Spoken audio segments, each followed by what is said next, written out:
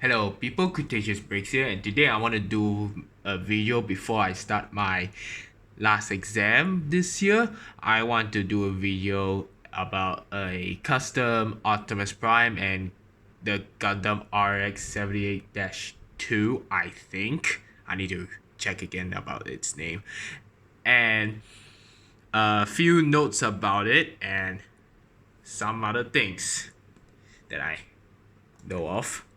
So let's look at Optimus Prime first. Now, what I simply did is just I bought a bootleg of a Studio Series 38 Optimus Prime because the authentic one is quite expensive now, and yeah. And I also heard about the Studio Series Optimus Prime 102, which has a better robot mode, and there's a bootleg of it coming soon. A KO version, for what I've heard, but I'm not sure how the quality will work, but we just had to see from other reviews, and I'm not gonna bother to buy one. And what I simply did is just I paint the gray parts on the arm here, and I add a bit of yellow on the arrow, add a bit of silver dry brush to it, and a bit of a black on the shoulder part here. And same with a tiny bit of silver dry brush on it. And I recently did watch Transformers Rise to the Beast, and I think it's a great movie. It's actually some of my fourth favorite of the Transformers live action movies because I feel like that things can be improved and how much of a rush it is and the missed opportunities. And same with the other side.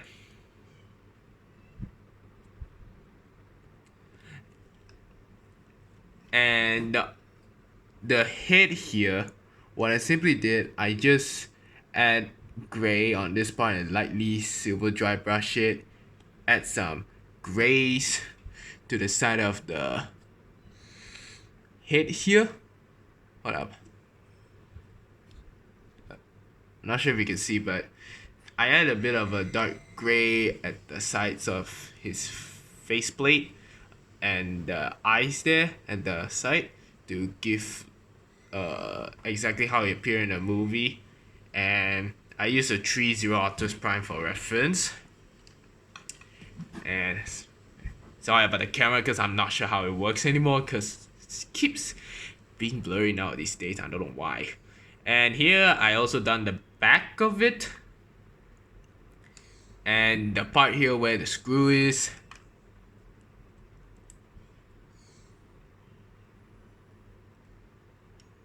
And it's also a bit of that Studio Series Premium finish reference also.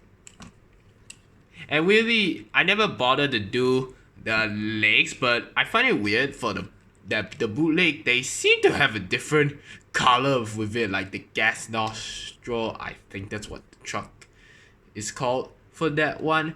And the side panels here, even the legs inside and the back, are a bit of a different color. Like you can see right here, it's like aging like a yellowish gray, which I don't know why. Like I said, I do apologize for the camera because I don't know why it doesn't really work that great. And for bootleg, I really don't want to bother with the truck mode because let's just say it's a bootleg, and the truck mode, while it definitely is a great one and a great figure overall, the bootleg one, let's just say it doesn't really hold that great for a truck mode, and I one of those few Transformer fans that don't mind non-transformable figures as long as it's very posable. Well, this is just posable enough for me, but for a cheap price bootleg. So yeah. And I did remove the arm here where the window folds because it does make it a bit cleaner, and same with the back here, even though it's not much, it does make it a bit cleaner. And I did try to remove the back tire right there, and let's just say it worked. It makes it cleaner, but you will see the gap inside, and you will see the light the truck lights at the behind here. And to show you how it looks like, I simply just did try to do a bit of a modification. This one I had to remove the pin right here, which is quite a pain. And this is basically simply what the result is.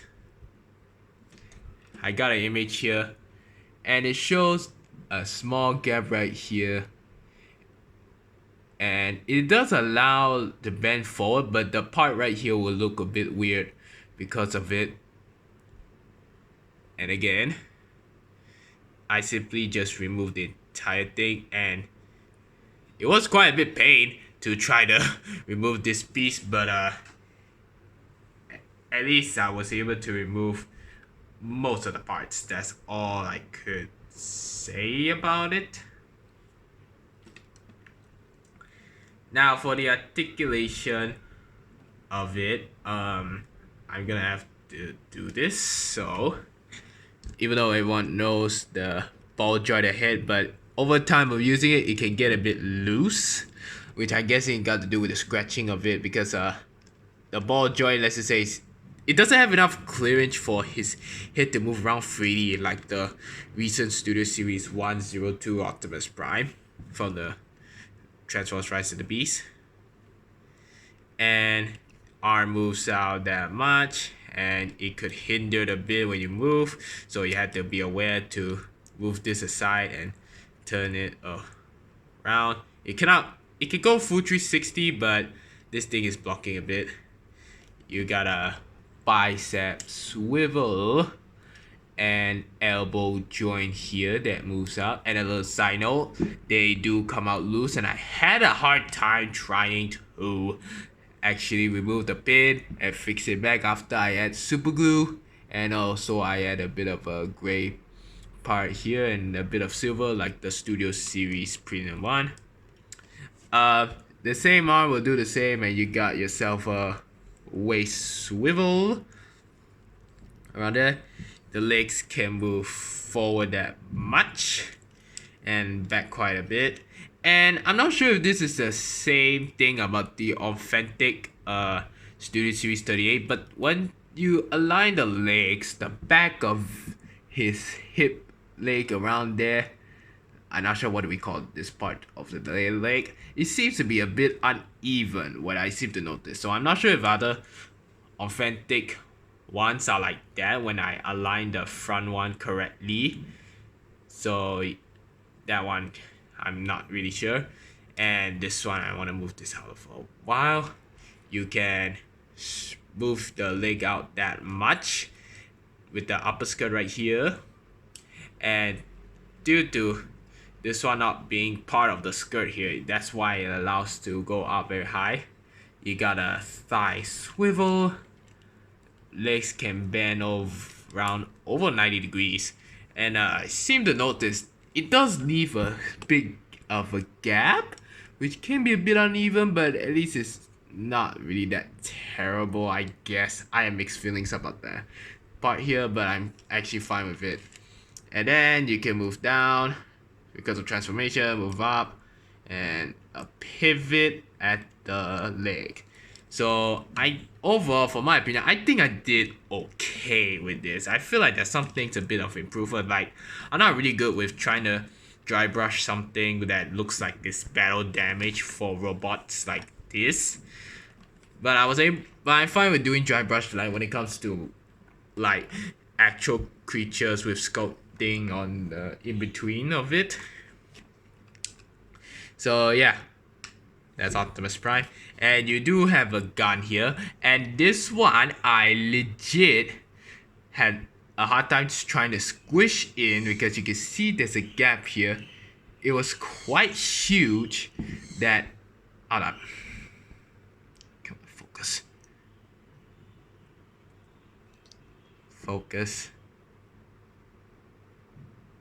Okay, there was like a huge gap right here, and it's all because there's an extra piece of plastic here that I had to remove this gun in half and carve it out to fit it in, and I caused some damage, unfortunately, which, yeah, that actually sucks.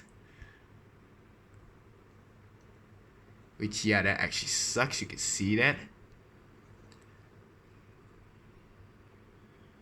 Hold on, again, my camera. I don't know what is up with my camera. God.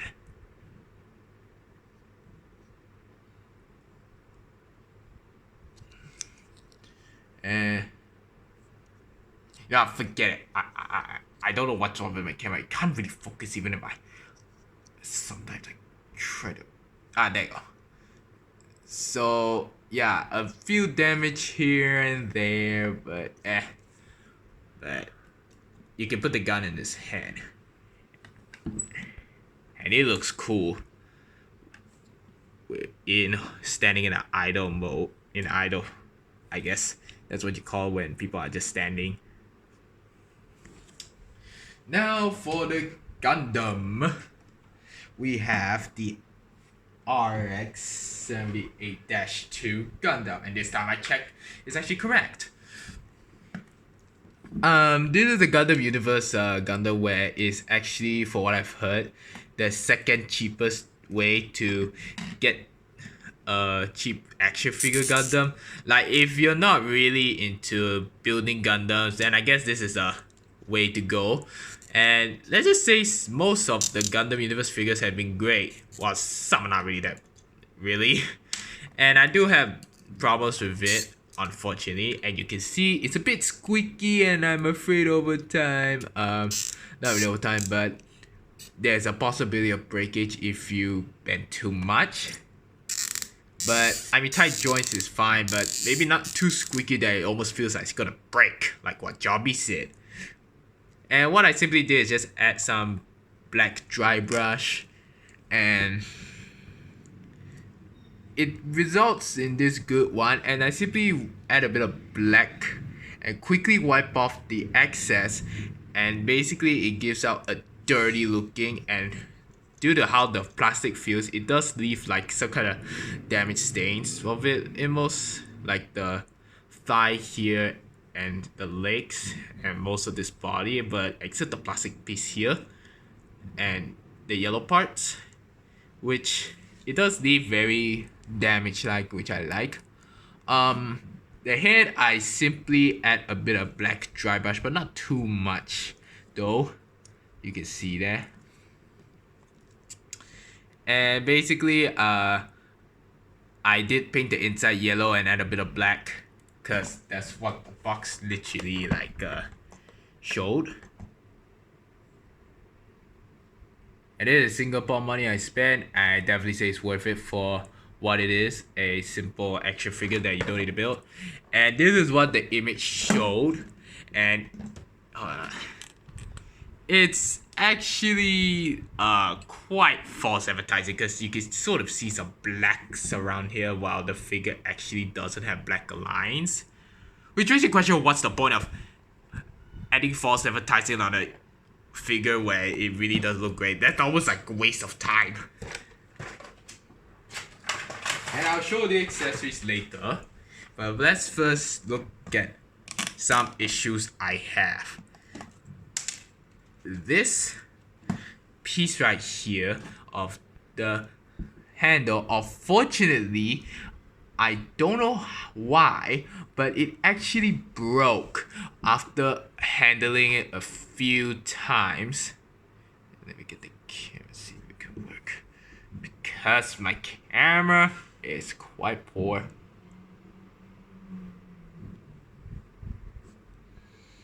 There you go. Like, this piece right here actually broke off. The piece right here, for some odd reason, when I put it in the hole right here, it come off out of nowhere, and I had to super glue it, and now I can't fit it in because otherwise it would damage it. Another problem is that when I use the saber sword, the pig actually broke off inside the gun, and now it's actually stuck. And I'll show you what I mean. So yes, inside was actually stuck, and I couldn't do anything with it, of this gun, and you can't see it, but yeah, it was actually broke off inside the gun hole where you can insert it, and let me show you what I mean. Yes, this is as far as I go, because like I said, the first saber beam got stuck and the peg just broke off, which sucks. And now it leaves a bit of a damage here, and I had to paint it inside black. And it does sort of look like a burn effect somewhat. But as for the gun, I think it looks cool. And same with the handles. I thought it's a unique way to make it look like it's actually a different handle than a circle. You get a shield, which I'm quite mid about it when I custom made it. I want to make it look like it went through scratches and damage by blocking of it, like maybe like some kind of hitting something metal. But yeah, I'm not sure. There's something that looks so mid to me. I did paint the inside of the shield here, and it looks good. And you forgot to mention there's also a ball joint here. And you can fit it in any of the arms, the hands I mean, in this open one. But you had to pry it out open and squeeze it.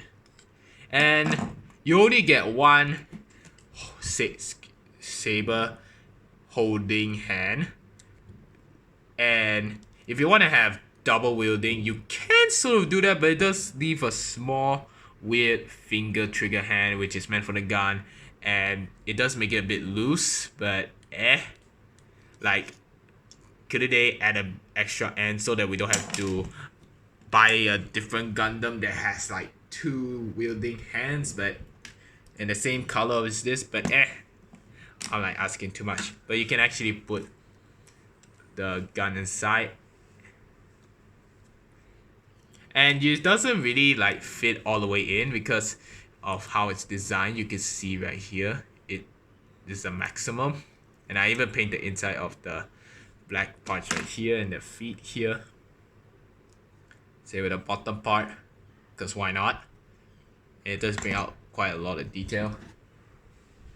You even get the excess stand, which is just a clip where you plug your Gundam at the bottom leaf and put it on the Gundam stand. You get a pair of fists, which they're literally just which they're like filling the holes. And these are, I guess they are perfect for some kind of a jump, for like punching your pals, like, yeah. So let's go over with the articulation, and I'm not gonna bother to change the hands because it's quite time consuming now since I already showed. The ball joint at the neck and the head, and it's actually like ball joint at the back of the neck and not the center, which is one of those design choices. I'm not sure what would it be like if it was centered. Can make it move around, same with the neck. Your arm can move out this much, bicep swivel, and it looks like it's supposed to have double joint elbows, but unfortunately due to how it's sculpted, you can't really do it. And this is the hole meant for the shield. You get a ball joint in the hand, and for some reason the fists are a bit loose when it comes to popping it in. You get a crazy squeaky app that moves back and move down that much. It doesn't really move side to side or turn around, unfortunately, but that's the plastic one. And you can turn around and I gotta be careful. And over the time when you play with the Gundam, the leg here gotten loose and I had to use super glue a bit because I don't have joint fixed thing. The hip skirts move up to move up this much. Yeah, this is as high as it can kick. And move back that much. You can actually push it down, but that's literally the maximum when I show you on how high it can go. You got a very tight. Ooh, that sounds loud. Thigh swivel. You got a double joint leg, and also again due to how it is sculpted, you can't really bend like above average, above 90, just somewhere a bit of 90, and you got a bit of a ball joint at the leg skirt, I guess, and it does help you to cover up some of the inner workings, I guess. That's why there's a ball joint here, and it does allow for move quite a good pivot, but I don't think it's as good as some Gundam model kits, I guess. But you can at least move down, up and down that much. And oh boy, it's quite squeaky.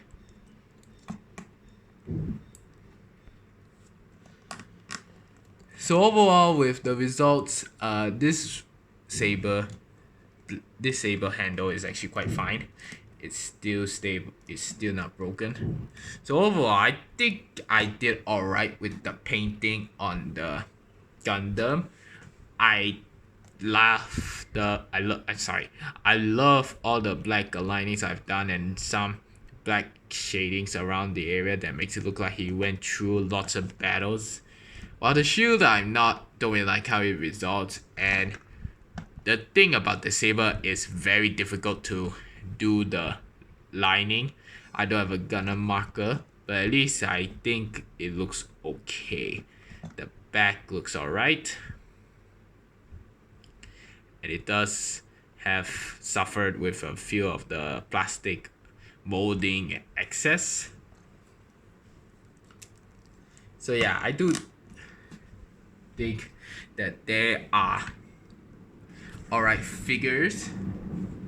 And I did watch the Godzilla -1 trailer, and it looks great. It looks like it's going back to its roots of the 1954, where we at least get to see people die from Godzilla, where it's not like an off-screen scream or dying killed by some cut shots.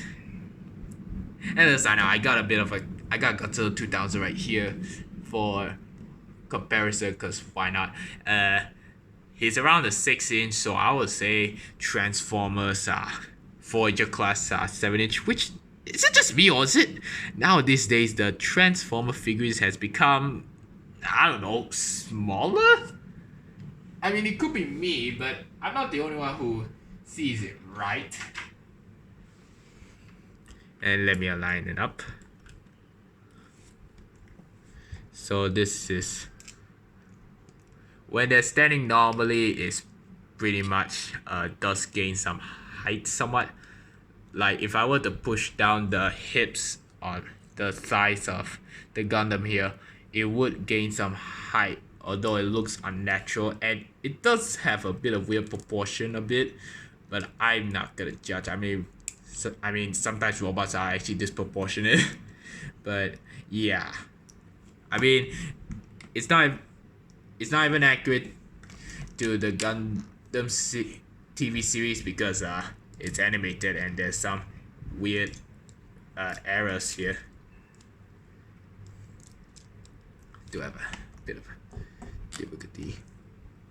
So here is the size when they're standing normally.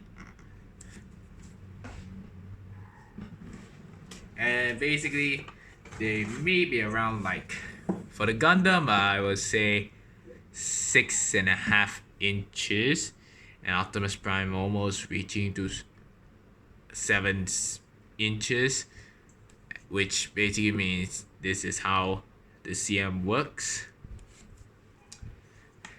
So for the size of it, it will be like this.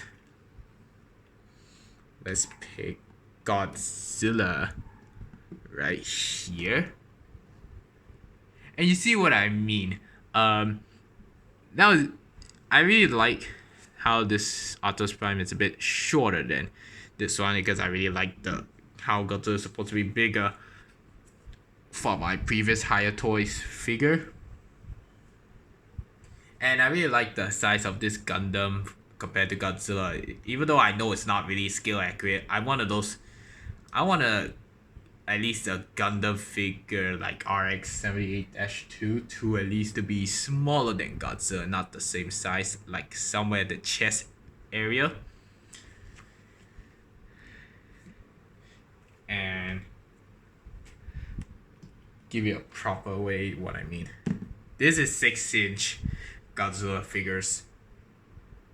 It's quite small. Smaller than this Gundam here, where it's somewhere 6.5 inches.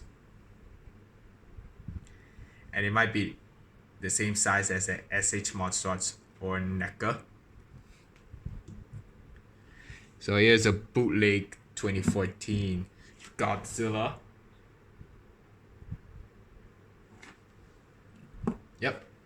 So that is it. I do apologize for not uploading that often because I ran out of ideas and I had to do some studies and I'm gonna make a new kaiju figurine called the Griffin.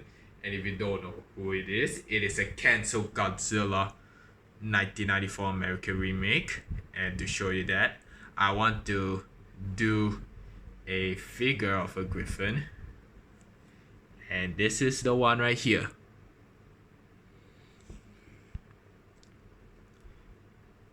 I want to make a figurine of myself, but I still keep the same design, like the foot and the size of it, and I have a lot of plans for it to make a figurine of this with ball joints with Legos. And yeah, I will have a very hard time trying to make one, but do it the best I can. So I guess that's it. So see you guys to next time, and bye.